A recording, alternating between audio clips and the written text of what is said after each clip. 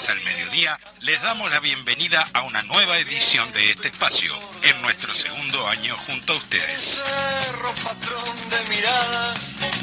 Les invitamos a compartir 60 minutos de información, opiniones, análisis, intercambio y reflexión sobre nuestro acontecer político y social.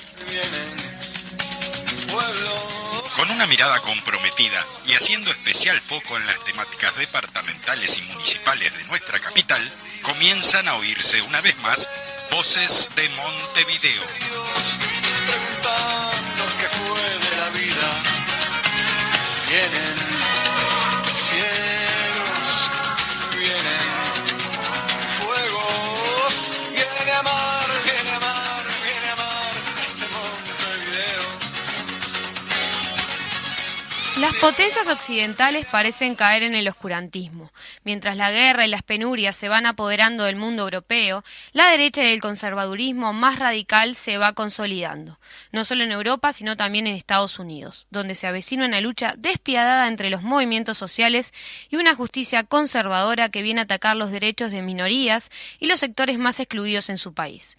La incitación al odio, el desprecio por las minorías, la agudización del fascismo de la sociedad, todos elementos de un imperialismo en crisis que lucha por fortalecerse. En nuestra América el campo popular va reaccionando y de a poco va volcando sus gobiernos hacia una nueva ola de izquierda continental. Así, el último triunfo de Petro en Colombia, el cambio dado en Chile, las perspectivas de Lula en Brasil, van instalando un clima de esperanza y resistencia, que no sea ajena a las embestidas cada vez más duras del imperialismo. Nuestro país, mentirosamente lejano a estas disputas, conmemora en estos días los 49 años de la huelga general. 49 años desde la disolución del Parlamento por parte de la coalición cívico-militar y la conciliación de un golpe de Estado que venía gestándose hace tiempo. Pero sobre todo conmemoramos el inicio de la huelga general como respuesta popular al inicio de la dictadura. Una huelga heroica del campo popular. Una herida de muerte para el régimen fascista que se instalaba en nuestro país. Este año se torna especial. El campo popular se encuentra nuevamente en lucha en defensa de la libertad, de la soberanía, de la justicia social contra un gobierno neoliberal, privatizador y excluyente, un gobierno que se consolida en las fuerzas del herrerismo y el aparato militar, mismas fuerzas que dieron vida a los años oscuros de la dictadura. Es así que cualquier signo autoritario debe llenarnos de alerta a la luz de la historia, pero sobre todo a la luz del contexto internacional. Así los atropellos a la libertad por parte del gobierno deben hacer saltar todas las alarmas de quienes defendemos la democracia hasta las últimas consecuencias. El último golpe fue recibido por el club de fútbol, un club barrial, que por sobre todo un club social, Villa Española.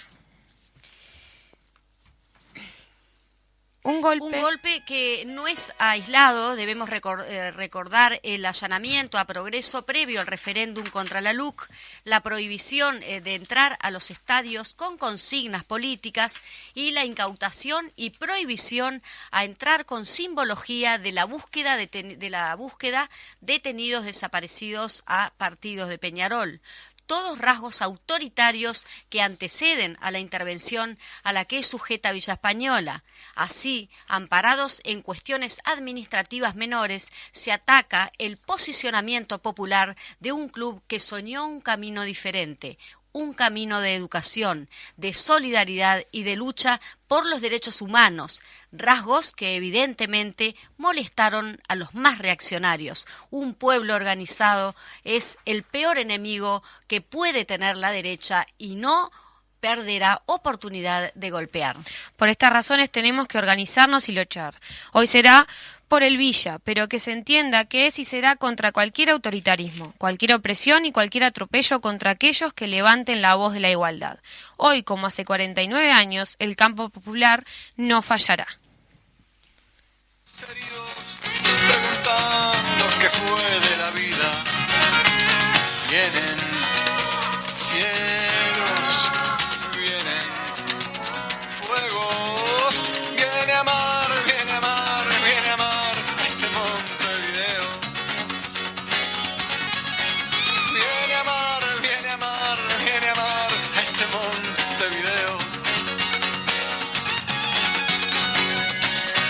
los sombreros llenos de tranvías, vienen los tambores llenos de glicinas. Muy buenos días, audiencia de Voces de Montevideo. Un martes más, un martes frío, la verdad que está frío afuera, pero bueno, acá tenemos calor humano, recién viene llegando el compañero Daniel a las corridas, pero con todos sus materiales, porque él siempre trae todo impreso para que nosotras podamos hacer este programa. Y bueno, y también está Majo acompañándonos, así que bueno, bienvenidos Majo y Daniel. Buen mediodía, ¿qué tal audiencia? ¿Qué tal compañeras? ¿Cómo están? Bueno, sí, hoy llegando a las corridas, ya pasadito la hora, porque bueno, se complicó el tránsito, estaba bastante pesadita la cosa, realmente hoy nos tocó a nosotros, así que bueno, pero bueno, acá estamos y ya le damos también la bienvenida a Majo. ¿Cómo estás, Majo? Bueno, bienvenidos a ambos, bienvenidos a todas y todos los que nos están escuchando. Bienvenido, pero está claro, se está desencillando el hombre ahí. Recién me estoy desvistiendo. Sí, muchas noticias. Pero es la primera vez que pasa. A mí ya me viene pasando varias, así que no se puede decir nada. Un compañero Hoy me tocó, ¿qué va a ser? Muy bien, estamos con muchas noticias, con muchas actividades realizadas justamente en el día de ayer, en el marco de los 49 años de la huelga general. Tenemos bueno, evidentemente el acto de ayer, que al final se cambió de lugar. En vez de ser en la explanada de la universidad por tema climático, se fue para acá cerquita, para la sede del PCNT acá en Jackson. Así que bueno, eso fue lo central sin duda ayer, ¿no? La conmemoración de la huelga general, básicamente por parte del movimiento obrero en respuesta al golpe de Estado, cosa que en el pasado programa desarrolló el compañero León D'Amico en su columna, en la columna Apuntes de Nuestra Historia, que es ahora el nombre. Así que bueno, pasado esto, vamos con las noticias hacia adelante, digamos, ¿no? O sea, así que te doy la derecha, ¿no? Como para que arranques. Sí, muy bien. Comentar que se hicieron varias actividades en relación a lo de la huelga, no solamente la actividad en el PIT-CNT, sino que todo Montevideo, en todo el interior, nos estuvimos movilizando los diferentes militantes, pintando muros, haciendo pasacalles, así que se vio eso en la calle, así que bueno, seguimos por ese camino. La Asamblea Nacional de Ecuador discute la destitución del presidente Guillermo Lasso. Esto ocurre al cumplirse 2 semanas de paro nacional en contra del gobierno, en medio de una situación de conmoción social. Fue una petición impulsada por la bancada de Unión por la Esperanza, el ala del corrismo en el Congreso, y se basa en el artículo 130 de la Constitución numeral 2, que señala que en caso de grave crisis política y conmoción social, la Asamblea Nacional puede llamar a nuevas elecciones. En medio del debate, el presidente anunció la derogatoria del estado de exposición, que era uno de los reclamos de CONAI, Confederación Nacionalidades Indígenas de Ecuador, para avanzar con el diálogo, además de que es uno de los sustentos para argumentar una crisis interna y poder llamar a las nuevas elecciones. Las autoridades aseguraron que han tomado esta decisión porque la crisis social habría terminado, pese a las diferentes movilizaciones y cortes de vías que aún se registran en el país. Está complicado, Ecuador. Está muy complicado, con una represión brutal, donde ha habido muertos, donde ha habido gente que está hospitalizada, tremendo, fundamentalmente una movilización como se ve en la noticia, ¿no? De los sectores indígenas, de las nacionalidades indígenas, que todo se mayoría, desató, ¿no?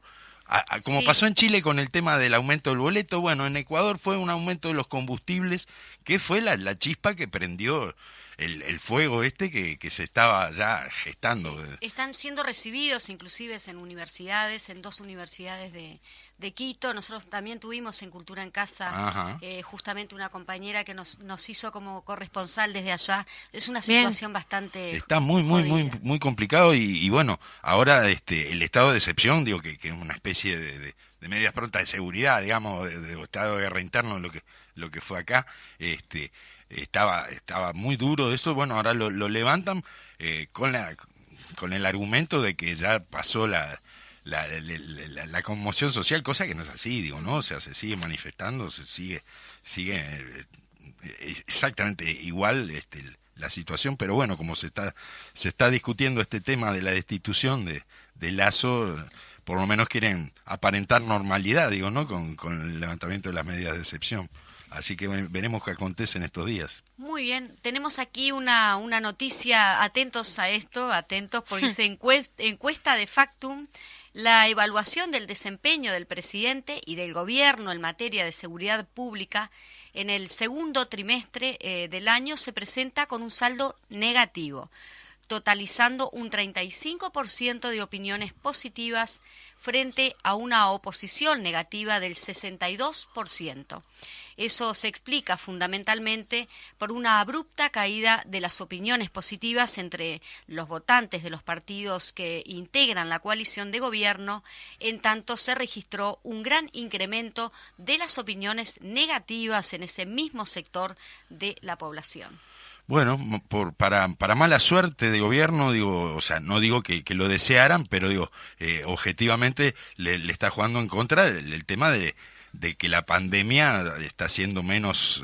sí, ya no está. Claro, está siendo pero menos bueno, tema de preocupación. O no sea, es tema, bajó claro, como el primer tema de preocupación de la gente la pandemia y volvió lo que habían generado durante todo este tiempo, ¿no? Que el tema de la inseguridad o de la violencia social era un tema que hicieron que le importara a la gente y bueno, ahora que baja lo de la pandemia, vuelve a subir la atención de la gente en los temas de seguridad, que está muy complicado, ¿no? Entonces, por primera vez desde que se instaló este gobierno, hay una opinión negativa, mayoritaria, pero además abrumadoramente mayoritaria, ¿no? 62% contra un 35%, que se registra básicamente en los propios votantes de los partidos de la coalición, pasaron de tener una opinión positiva en buena medida, un buen porcentaje que tenía una opinión positiva, pasó a tener una opinión negativa. Los votantes frente amplistas más o menos se mantienen en los guarismos de todo el periodo en cuanto a sus opiniones, o sea que sus propios votantes son los que se están dando vuelta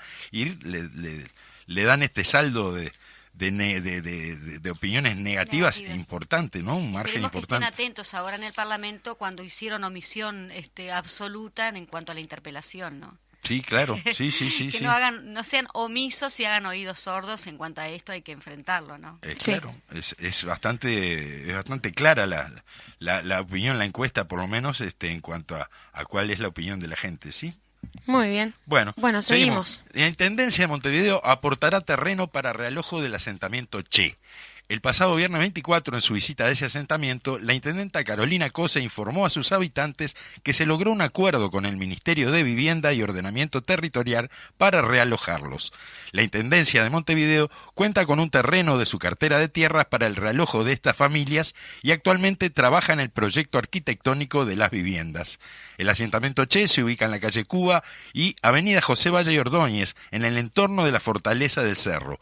Está conformado por 35 familias, según un censo que realizaron la Comisión de Vecinos y Vecinas de la zona, y las viviendas se ubican sobre un terreno rocoso e inclinado que no permite la construcción de cimientos y pozos negros. Dado que las características del terreno lo hacen inhabitable, la Intendencia solicitó al Ministerio de Vivienda que lo priorizara para realojo y como resultado, la Dirección Nacional de Integración Social y Urbana incorporó este asentamiento en el Plan Avanzar para la erradicación de asentamientos que se anunció en mayo de este año. Así que bueno, buenas noticias para esta gente, para estos vecinos y vecinas del Cerro, que su asentamiento está en un lugar en donde no hay posibilidades de mejorarlo, digamos, donde no hay posibilidades de hacer cimientos, donde no hay posibilidades de hacer pozo negro, entonces no había otra salida que buscar el realojo. Por suerte la Intendencia se puso de su lado, digamos así, aportó un terreno para ese realojo y gestionó ante el Ministerio de Vivienda para que lo priorizaran, así que bueno. Sí, porque tiene que estar la respuesta también del Ministerio, ¿no? Obviamente, la Intendencia pone el terreno, hace el proyecto, pero bueno, la financiación... Bueno, sería que encima diga el Ministerio de Vivienda que no... Igual el tema de los realojos es un tema para un programa entero, ¿no? Sí, el claro. tema de dónde se realojan a los habitantes de los asentamientos, un análisis, ¿no? Que va más allá de solamente hacer el realojo y darles para vivir en un lugar, sino no en el entorno que se realojan, cómo se realojan, es todo un tema.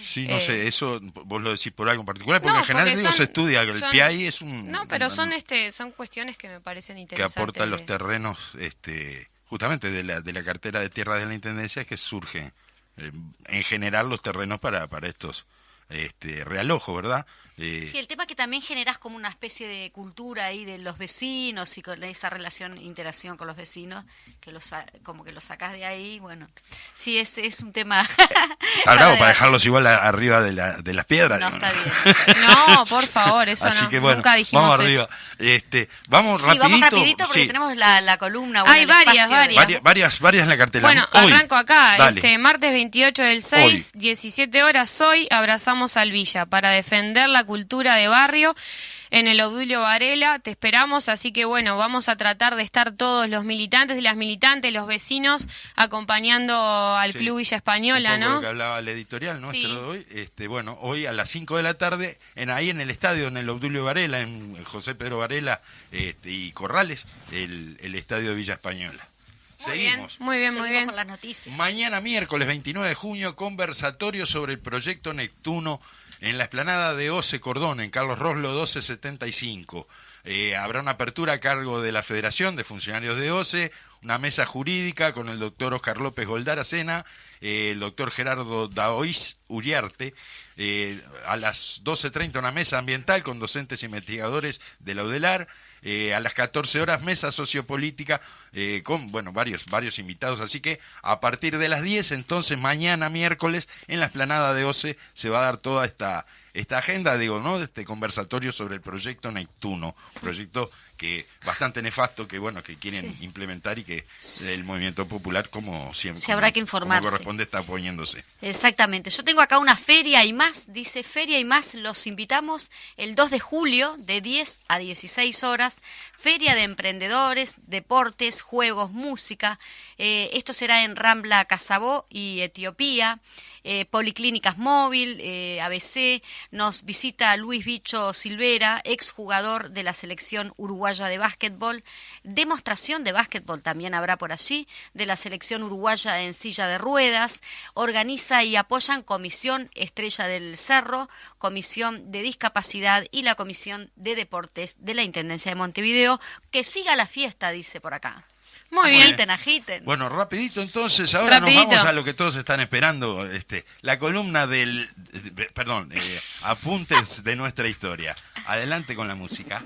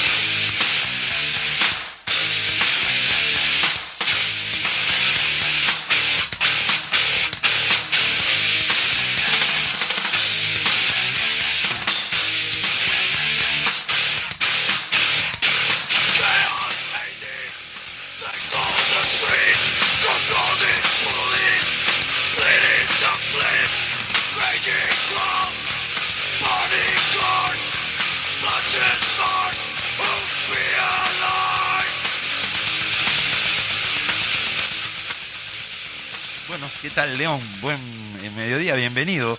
Bueno, ¿qué tal, compañeros y compañeras? Buen mediodía para toda la audiencia.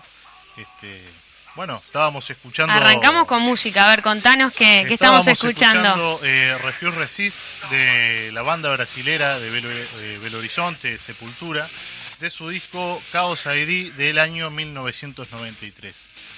Y bueno, esto de Refuse Resist, de rechazar y resistir, ajá, viene la columna del día de hoy que va a estar dentro del ciclo de la resistencia al golpe de Estado, a la última dictadura. De la última dictadura, hoy va a estar centrado en lo que fue la experiencia clandestina del Partido Comunista en Uruguay. Muy bien. Bien, hoy vamos a hablar particularmente del partido porque es de lo que tenemos mayor conocimiento y tenemos mayor información, pero siempre estamos hablando que la resistencia a la dictadura fue una resistencia de todo el pueblo. Pero vamos a ver cómo se organizó el PCU para enfrentar estas nuevas condiciones de lucha que le estaban imponiendo. Es lo que conocemos más de cerca, ¿no? O sea, como vos decís, no fuimos los únicos, pero digo, sí fuimos un bastión importante en esa clandestinidad, y bueno, de eso vamos a hablar porque es lo que conocemos, ¿verdad? Sin duda. De primera mano. En una entrevista, hace poco tiempo, hace menos de un año, salió un libro que se llama El Partido Comunista bajo la dictadura, que coordina Álvaro Rico y otros investigadores. Que la verdad es un libro de 1000 páginas, es un libraco grande, es de las cosas más incómodas que he tenido para leer por el tamaño. Porque es grande. Pero que está muy bien documentado y realiza muchas entrevistas. Entonces nos pasamos para el capítulo en el que habla de la clandestinidad y tiene una entrevista que le hace a José Pachela, que era militante de la UJC durante la dictadura, y dice que lo más meritorio del partido fue funcionar como una orquesta. Dice, imagínate, dice Pachela, imagínense que hay una orquesta que va tocando una melodía. Esa melodía para nosotros era la unidad antidictatorial, la lucha sin tregua frente a la dictadura, la convergencia y la acción común, que en cada momento tuvo su expresión. Caía el que llevaba la batuta quedaba tirada en el piso, pero alguien que estaba tocando el trombón iba y agarraba la batuta, y alguien que estaba sentado en el teatro corría presuroso al puesto del trombón, y alguien que estaba escuchando la misma melodía por la radio iba y ocupaba el lugar vacío en el teatro.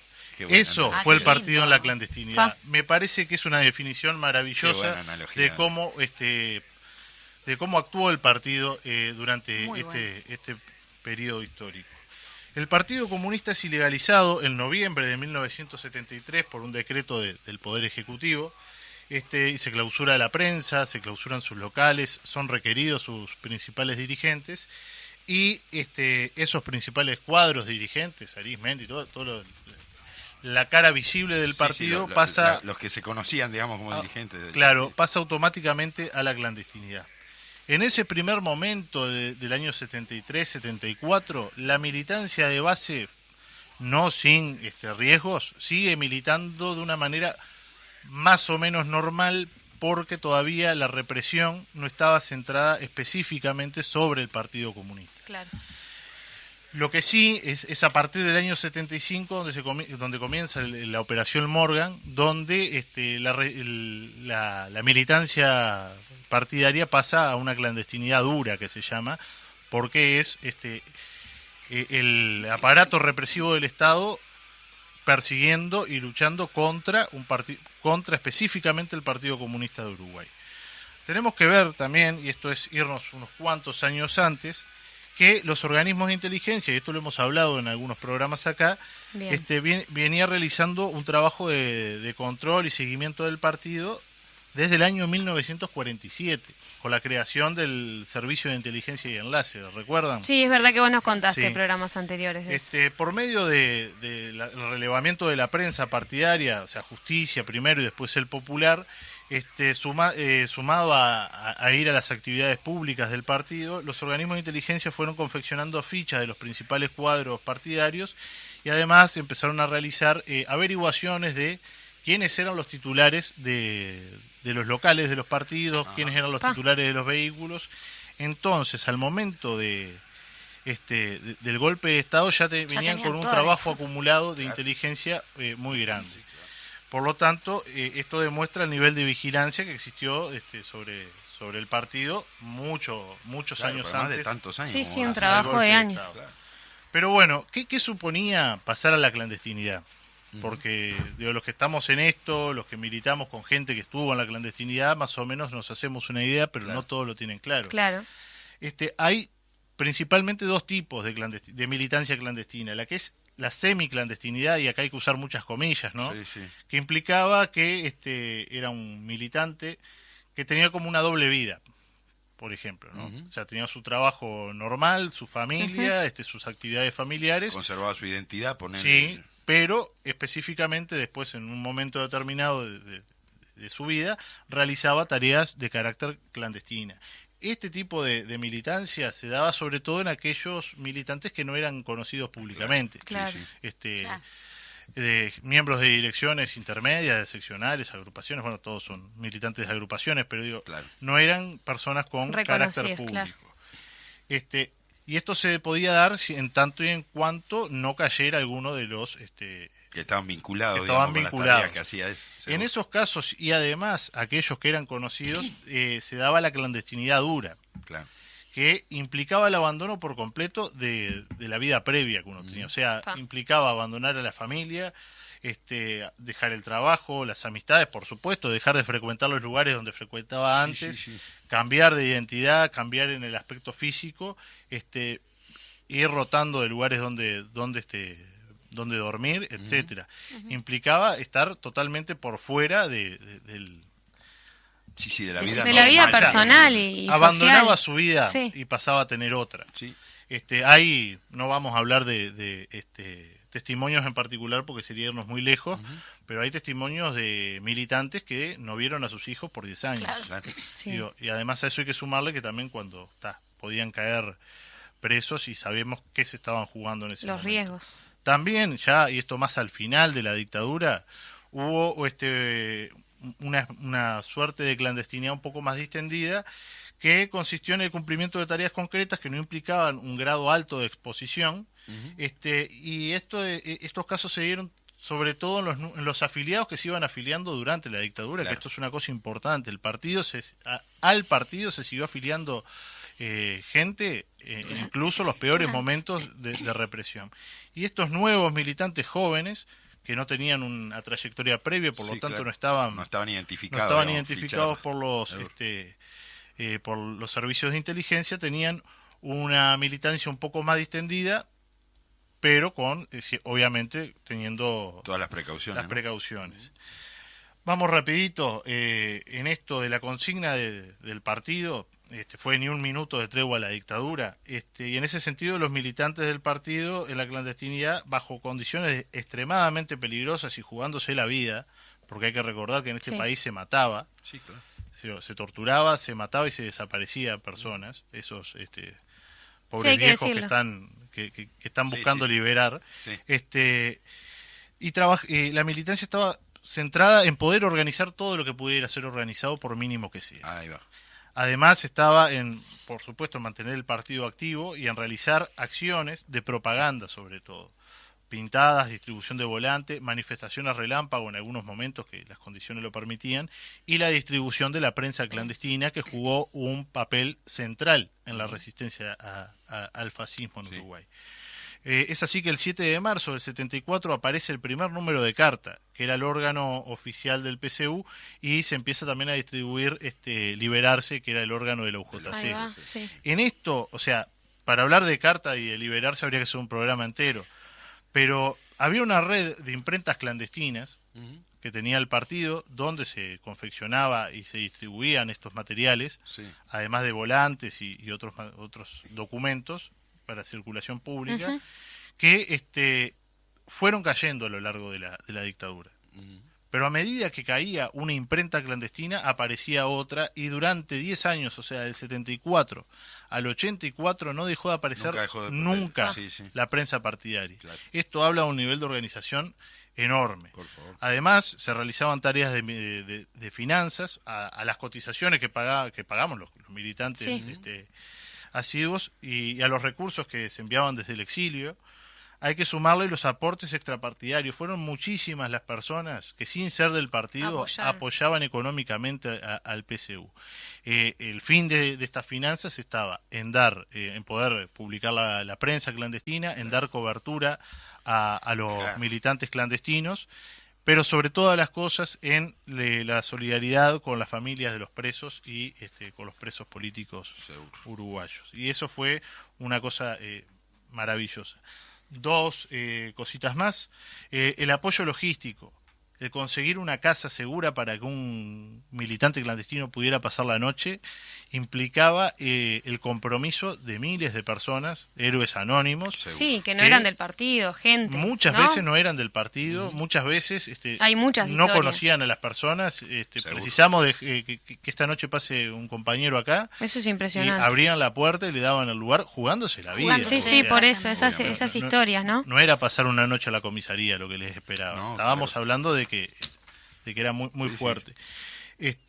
Y bueno, las casas, además los mecánicos que reparaban las motos, se utilizaba mucho las motos Vespa para trasladarse Ah. por Montevideo, y habían hay un caso, un mecánico italiano que arreglaba las motos, dice que tenía mucho trabajo, pero que siempre priorizaba y trabajaba con ciencia y no cobraba un peso por arreglar las motos. Qué bárbaro. Los mecánicos, las familias que daban lugar a alojamiento. Y bueno, y lo más importante, que a pesar de los constantes operativos militares que buscaban extirpar el comunismo por 50 años, hacer desaparecer al partido, y a pesar de que hubo caídas sucesivas de direcciones, hubo 6 direcciones clandestinas, ¿no? Sí, cayeron. a medida que caía una, aparecía otra, y otra, y otra, y otra, Claro. hasta el final de la dictadura. O sea, desde el 73, desde junio del 73 al 1 de marzo del 85, el Partido Comunista funcionó desde el primer día hasta el último, y siempre en esta cuestión de trabajar por la unidad de todo el pueblo contra la dictadura.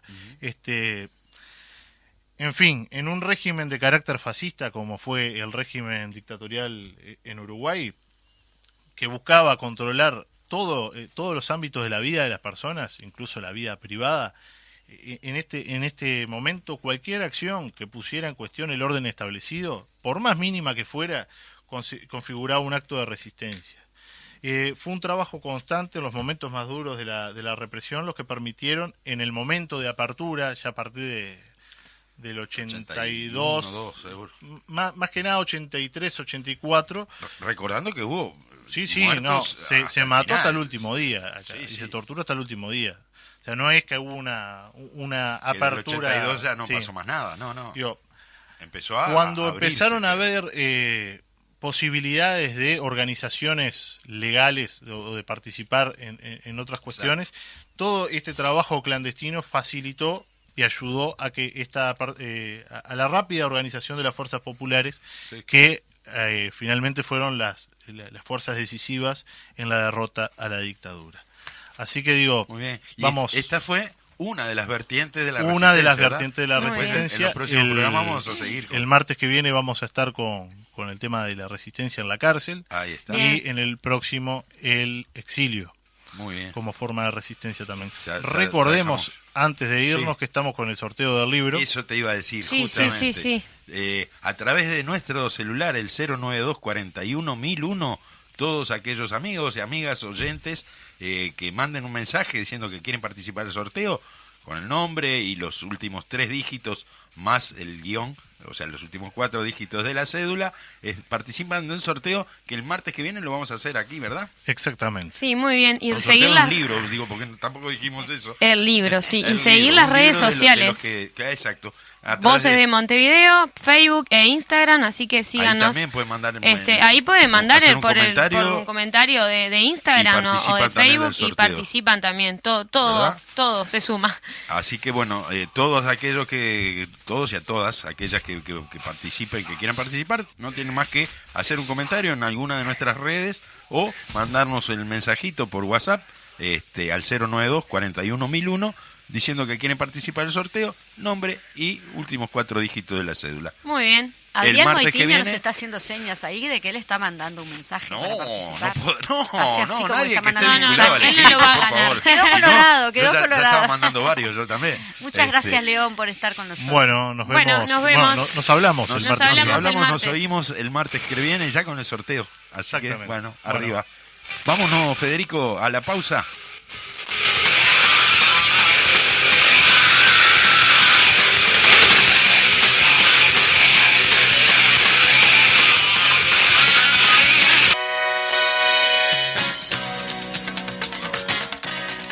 Bueno, volvemos, una audición más de Voces de Montevideo.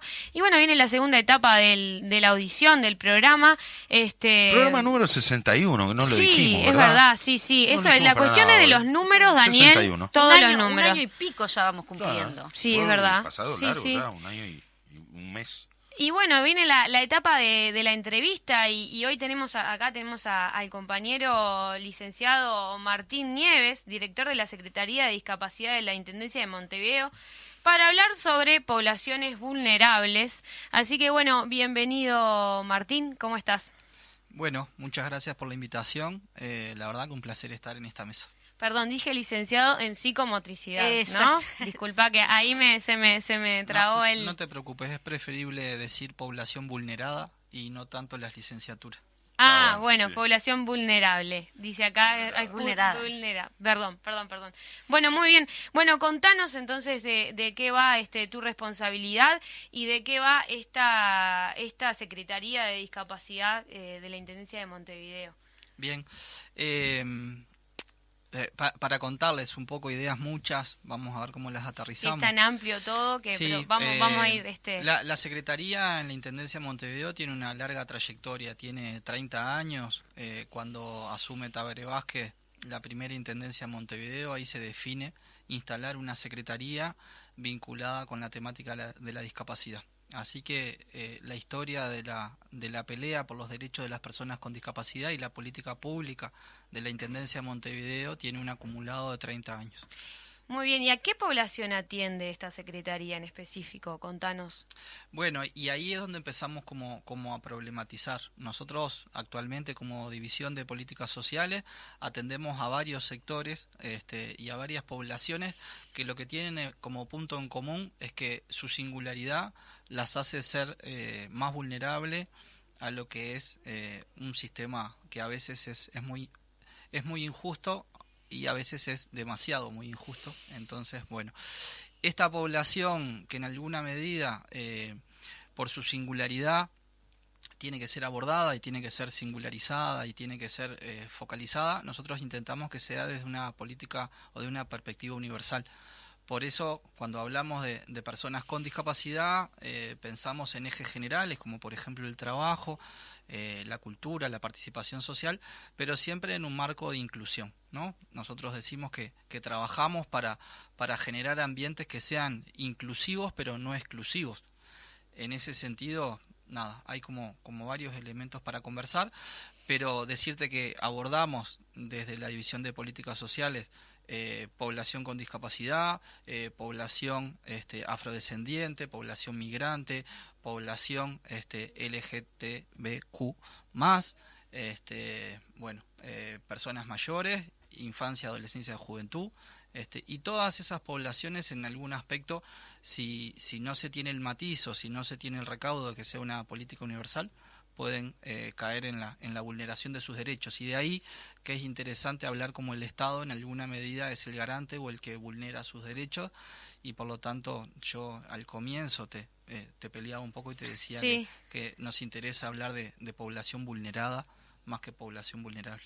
Sí, las cuestiones del lenguaje a veces en estos Sí, temas hay que sí, tener sí. mucho cuidado y bueno, y estar con los oídos abiertos a aprender de todos estos temas, porque la verdad que a veces son temas tabú, ¿no? Son temas que cuesta enfrentar o hablar a la sociedad. Entonces está buenísimo que estés acá con nosotros. En el tema específico de esta secretaría, ¿cuáles son los lineamientos de trabajo principales que están teniendo y qué proyecciones tienen en relación a esta secretaría? Nosotros desde que asumimos definimos siempre una dimensión que tiene que ver con lo estructural material que quisiéramos trabajar y con la dimensión simbólica. Es así que el primer año, el año pasado, empezamos a abordar el tema trabajo y el tema cultura, y este año en alguna medida estamos empezando a abordar el tema de vivienda, siguiendo con el tema cultura. De ahí que hay algunas acciones que se vienen llevando adelante en diferentes barrios, como es lo que va a pasar el próximo 2 de junio en Bajo Valencia o Casabó Norte, donde a partir de la solicitud de varias organizaciones sociales identificamos a 6 personas con discapacidad de diferentes edades que por su condición de discapacidad, por su condición de bajos ingresos o poca posibilidad de salir a pelear un puesto de trabajo, la vivienda se viene deteriorando y se venía deteriorando. Entonces lo que vamos a hacer el sábado que viene es festejar que pudimos intervenir y apoyar a estas 6 personas, pero que no queda solamente en la dimensión material, no queda solamente en la dimensión vivienda, y estamos intentando volver a generar redes de participación de estas 6 personas, ¿no? Que son 6 familias en realidad. Muy bien, y los proyectos que tienen en relación al trabajo, estabas hablando, bueno, los diferentes frentes que esta secretaría trabaja y los desafíos que tienen. Con relación al trabajo, ¿cuáles son los proyectos concretos que hay? Mira, Yo quería Capaz que vos me dijiste al principio que tenías ganas como de comentar algunas cosas que quizás Eso. salían un poco de la estructura de las preguntas que estamos haciendo, así que comentanos. Voy a intentar llegar Dale. a la respuesta de trabajo y la acción concreta que hicimos el año pasado es la Intendencia de Montevideo. Pero para eso es interesante desde una perspectiva de largo aliento, una perspectiva histórica que nos lleve 100 años para atrás, contarles, hoy ustedes estaban hablando de los conflictos, la violencia, la guerra. Nosotros a partir de la Primera Guerra Mundial empezamos a ver batallones de compañeros y compañeras que quedaban en situación de discapacidad, ¿no? Teníamos Inglaterra, Alemania, Francia, que empezaban a tener 1,5 millones de personas con discapacidad, 1.800.000, los números andan más o menos en esa cifra. A partir de ahí que se empieza a hablar de las medidas de acción afirmativa o cuotas. Esto es el derecho a las personas con discapacidad a entrar en un llamado abierto pero con prioridad. Y el Estado y el sector privado se comprometía a dar un tanto por ciento de la cuota de esos empleos para personas con discapacidad. Allí surge lo que son la discusión por el derecho al trabajo para población con discapacidad. Nosotros podemos en Uruguay ver que en el año 73, ¿no? En el año 73, a partir de la ley 14.106, ley de presupuesto, ¿no? Hay un artículo, el 661, hablando de programas y numerología, ¿no? 661, que es la primera experiencia a nivel del Estado de dar el 2% para personas con discapacidad. En este caso es el 2% para personas con discapacidad motriz. Ajá. Pero bueno, era la primera acción seguro. Que las organizaciones sociales movilizadas, también hay registros históricos de movilizaciones de personas con discapacidad defendiendo el derecho al trabajo de las personas con discapacidad. Recordemos que es una época también que es post pandemia de la polio. Ajá. Y por lo tanto la polio generó también hizo estrago, también ¿no? en Uruguay mucha infancia y juventud. Claro. Con discapacidad, y bueno, y hasta el día de hoy tenemos compañeros que dieron esta pelea, que ellos nos dicen, bueno, sobrevivimos a 2 pandemias, ¿no? Saliendo del COVID, acordándonos de lo que fue la polio, y bueno, y ahí empezamos a encontrar en Uruguay un registro de estas medidas de acción afirmativa. Posteriormente, el Estado incorpora en el año 89 una cuota para el sector público del 4%, y 100 años después que fueron las pensiones en Uruguay, el sistema de pensiones data de 1919, en el 2018 se conquista en el sector privado por primera vez una cuota para personas con discapacidad del 4%. Esto que se dice como muy rápido, que tiene una perspectiva de 100 años, nos lleva a que el año pasado, desde la Intendencia de Montevideo, se entendió, se definió, y así Carolina lo puso arriba de la mesa, las personas con discapacidad deberían tener esta oportunidad actualizada. Y por lo tanto, a partir del año pasado, nosotros introdujimos un 8% de cuota para el ingreso de personas con discapacidad en trabajos transitorios, ¿no? Uh-huh. Todo lo que fue el plan ABC Oportunidad Laboral incorporó, no por ley, ¿no?, sino por disposición de la propia intendencia, la necesidad de actualizar estos números, que a veces... Sí, las leyes pueden estar, pero después las políticas hay que... Pero además hablan de un mínimo, sacado, ¿no? La ley habla de un mínimo, o sea...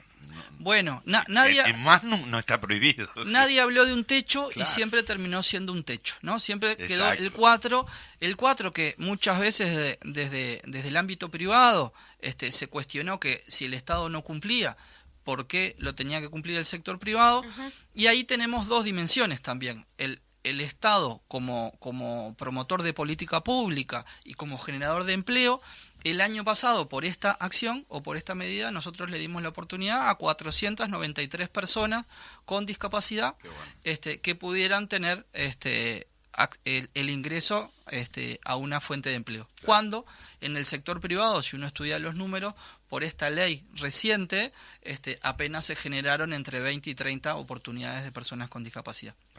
esa diferencia hace a la discusión de uno de los ejes que ustedes me planteaban vinculado con la temática de la discapacidad y el trabajo, ¿no? Y ahí estoy llegando en alguna medida a responderte que como política pública desde la Intendencia de Montevideo, vinculado con el eje trabajo, uno de los elementos que nosotros estamos trabajando tiene que ver con la oportunidad de un empleo.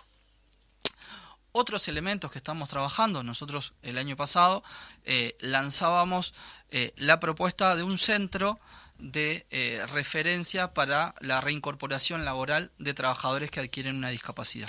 ¿Sí? Esto es en el PTI, con acuerdo con la universidad, donde hay diferentes cátedras que estamos firmando convenios y acuerdos. Y ahí, ¿cuál es la discusión? Que el empleo no solamente se tiene que tener el derecho a ingresar, sino que se tiene que tener el derecho a tener una trayectoria laboral en toda la vida. Claro. Porque si en la mitad de tu vida, digamos, adquirís una discapacidad, digamos, que a veces incluso producto del propio trabajo, ¿verdad? O sea, bueno, y ahí nosotros, si vemos la generación de la discapacidad, sabemos que tiene un componente funcional y un componente cultural. Esto es, nosotros generamos en alguna medida las condiciones para que la persona con alguna deficiencia funcional pueda participar o no. Si nosotros no generamos las condiciones, somos nosotros los que estamos generando la discapacidad. Y la inclusión de esa persona. Qué interesante eso. Y ahí saber que, bueno, que 1 de 4 personas que en Uruguay tiene discapacidades de nacimiento, pero los otros 3 son el correr de la vida. Y por lo tanto, a todos, como le pasó a mi madre por temas laborales, como le pasó a mi padre producto de la tortura de la dictadura, como le pasó a mi hermana producto de la vida misma, podemos adquirir discapacidad en todo el ciclo de la vida. De la vida, claro. Y por lo tanto el derecho a trabajar también nosotros entendemos de la Intendencia de Montevideo, de la Secretaría de Discapacidad, que tenemos que generar herramientas para garantizar esa continuidad laboral, porque en definitiva ese elemento material y social que es el derecho al trabajo también arrastra otros derechos que promueve o desestimula en la medida que uno no tiene un ingreso.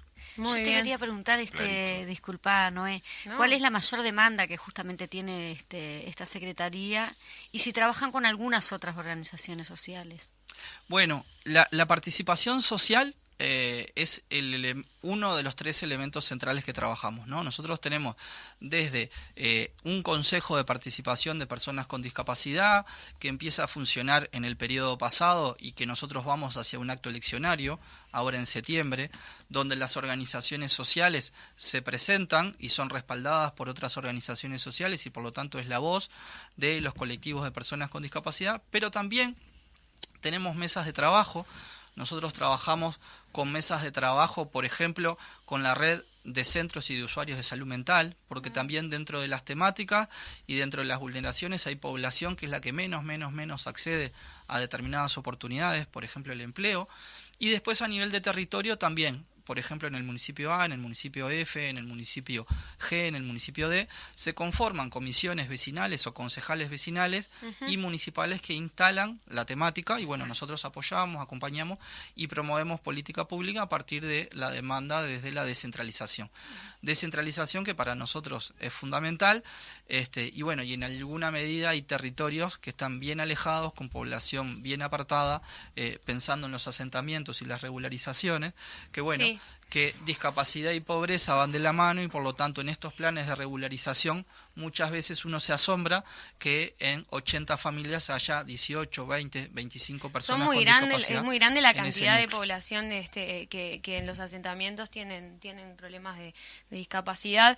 Y también el tema del acceso a la ciudad, ¿no? El acceso que es un derecho humano y que por eso a veces el tema de los asentamientos, de los realojos y de no naturalizar el tema de que es complejo, los realojos en las periferias a veces se dan es trasladar gente de un lugar hacia otro y está la falta del acceso a la ciudad, ¿no? Entonces por eso tenemos que pensar en eso y también pensando en esta secretaría, cuáles son los desafíos en relación a la intendencia y a la secretaría en relación al acceso a a la ciudad. La ciudad.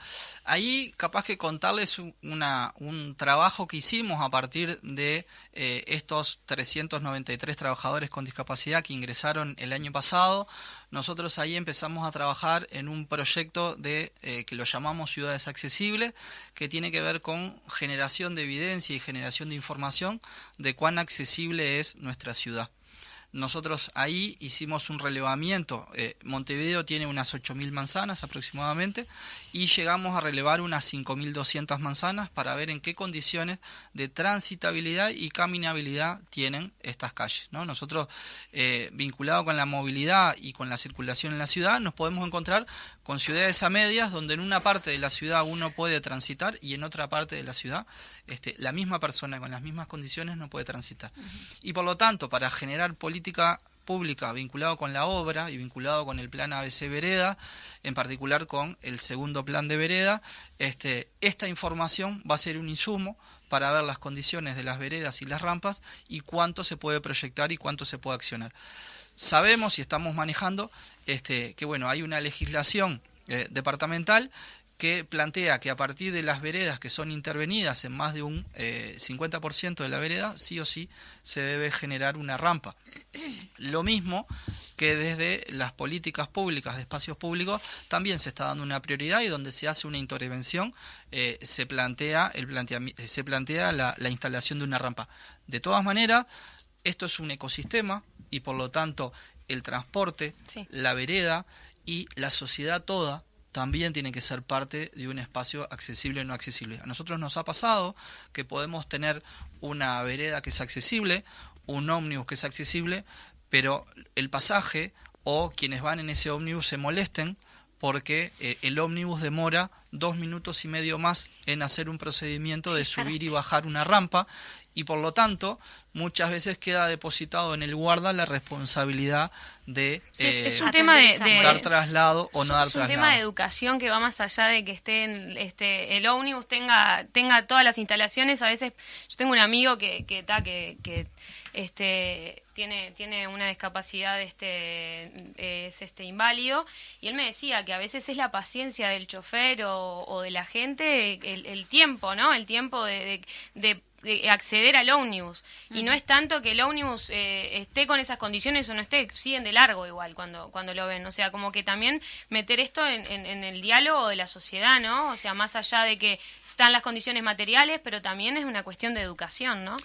Por eso es que la discusión o la orientación siempre tiene que ser en este camino doble de la pelea por las condiciones materiales y la pelea por permanecer y promover una cultura que sea inclusiva y accesible para todos, en la medida que todos, tarde o temprano, por circunstancias de la vida, por segunda, tercera o cuarta edad, vamos a necesitar que el ambiente sea promotor de inclusión.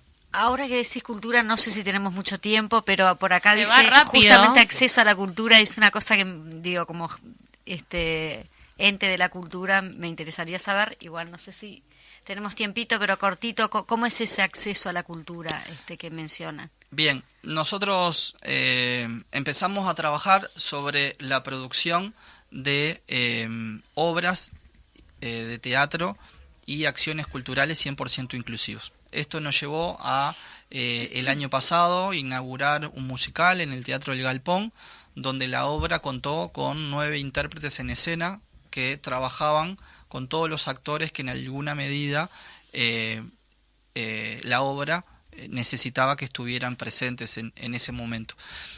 Eso que parece sencillo llevó a que todo lo que tiene que ver con el cambio escenográfico, sí, fue una bellísima obra. Sí, la obra que es el fortalecimiento de las artes, que tuvimos justamente a Joselo aquí en Cultura en Casa. Debe ser la misma. Tenemos también la obra Nuestro Hermano, que fue la obra que fue favorecida con fortalecimiento de las artes, que también tiene algunas funciones que van a estar dando ahora con una siguiente obra.